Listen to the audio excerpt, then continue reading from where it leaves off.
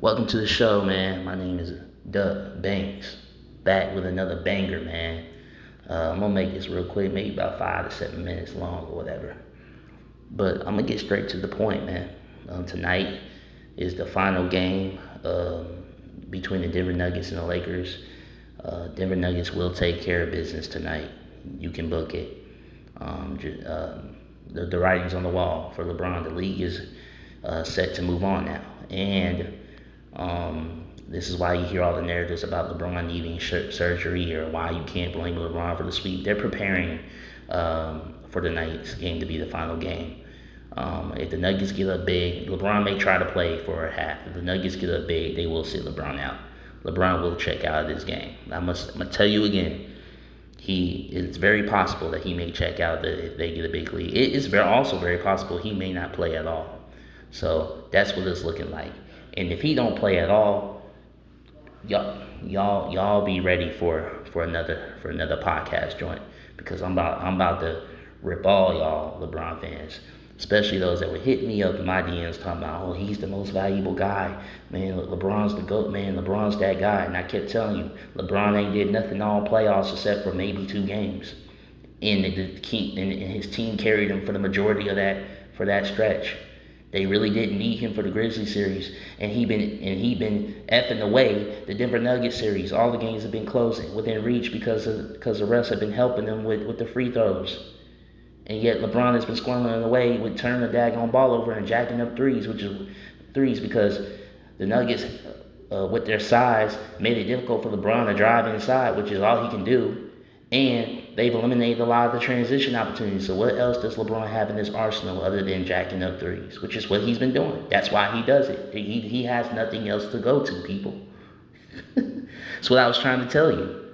Because if y'all weren't so daggone brainwashed by the media and what they've been telling you, and you sit back and actually watch basketball, like some of y'all seem to tell me I don't do, even though I played the game from when I was knee high up till high school. My dad played with Derek Fisher, was a McDonald's All-American nominee, so I know basketball like the back of my freaking hand. I grew up going to Nebraska basketball games, watching men and women's. My dad was also a coach over at Parkview Christian over women's basketball. To this date, still has one of the best records in their school history. So I know the game of basketball. You can't really tell me nothing.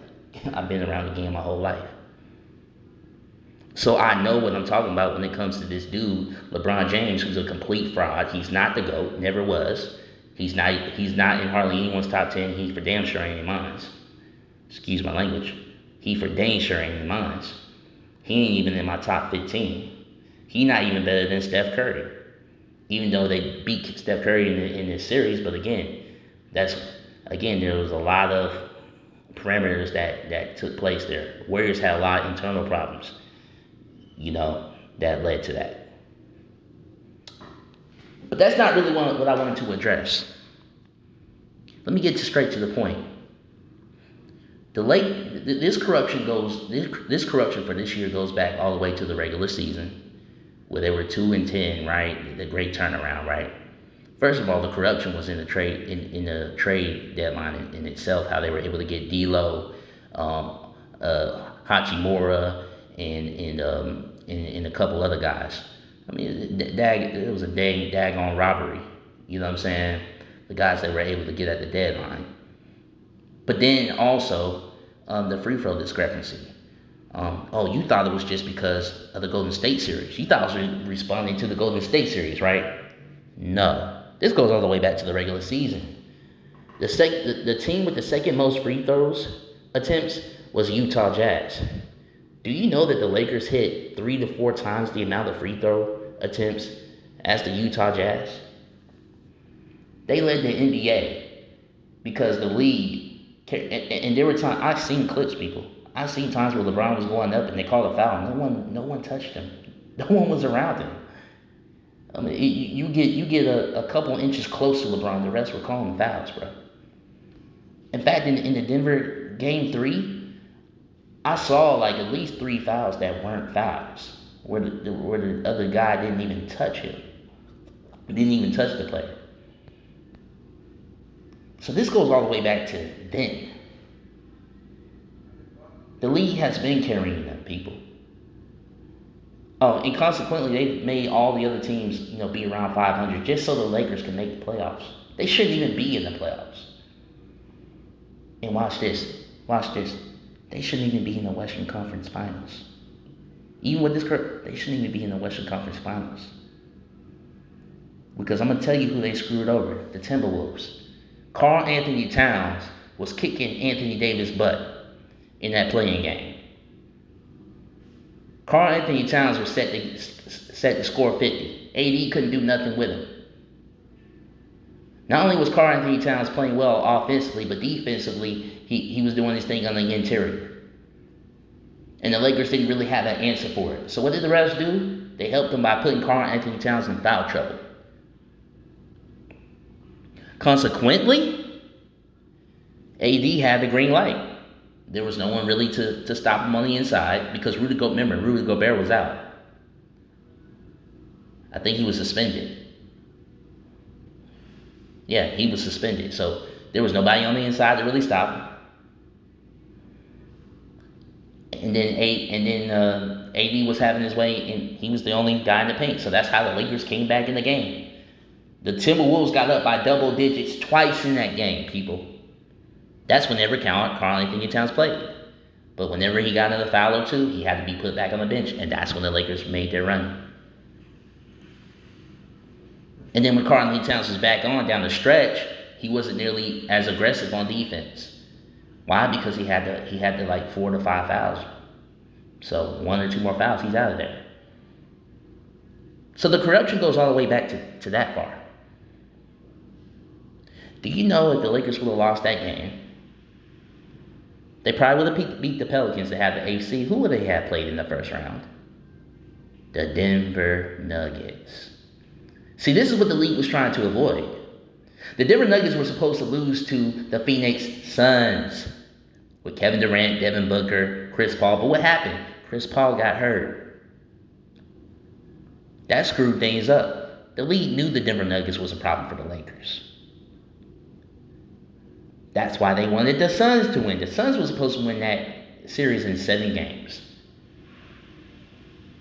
But Booker and KD, I told you that they're not real leaders. They're scorers. They're good offensive players, but they're not real leaders. When Chris Paul went down, this series was over. Ayton, they was blaming Ayton. Ayton said, you know what, bump this, I'm done. They basically checked out. They quit. And the Denver Nuggets ran them out of town. So now you have your worst nightmare, the Denver Nuggets versus the Lakers. You see, you remember, some of y'all follow my stories when I talk about the scales being tilted. And how the game itself finds a way to put the balance back.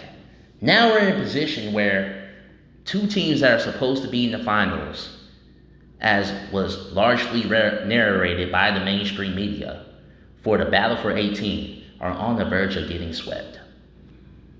Man, isn't that interesting?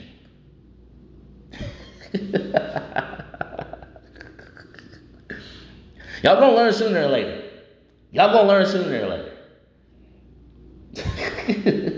There's more than just basketball going on, always has been. The Nuggets will win tonight. The media, everybody, the league execs are coming out saying they're done with LeBron. You can look up the articles. League executives are saying, hey, we're moving on. Media narratives about LeBron needing surgery is coming out. They're already setting up the excuses. They know this series is over. Because bottom line is this, no matter, the league did all they could to help in Game 3. The bottom line is this, the Nuggets are better than the Lakers. That's just it. Nuggets are the best team in the playoffs. Golden State could be playing them right now. Nuggets still would be in the finals. It would have won 6 games, but Nuggets would still be in the finals.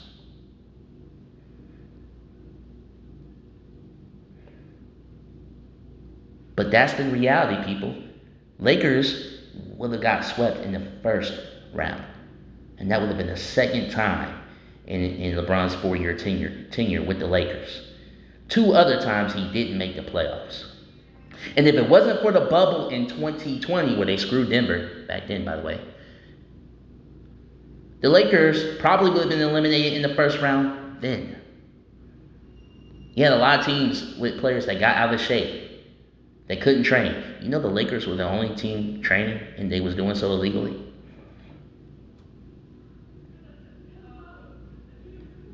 So understand, the league has been helping this man LeBron. You're supposed to go. He ain't to go to nothing. The best player in the last decade has been Stephen Curry. And it showed even in this playoffs. He was leading the league in fourth quarter scoring. But y'all don't want to hear that. It's your boy Doug Banks, man, signing off on it.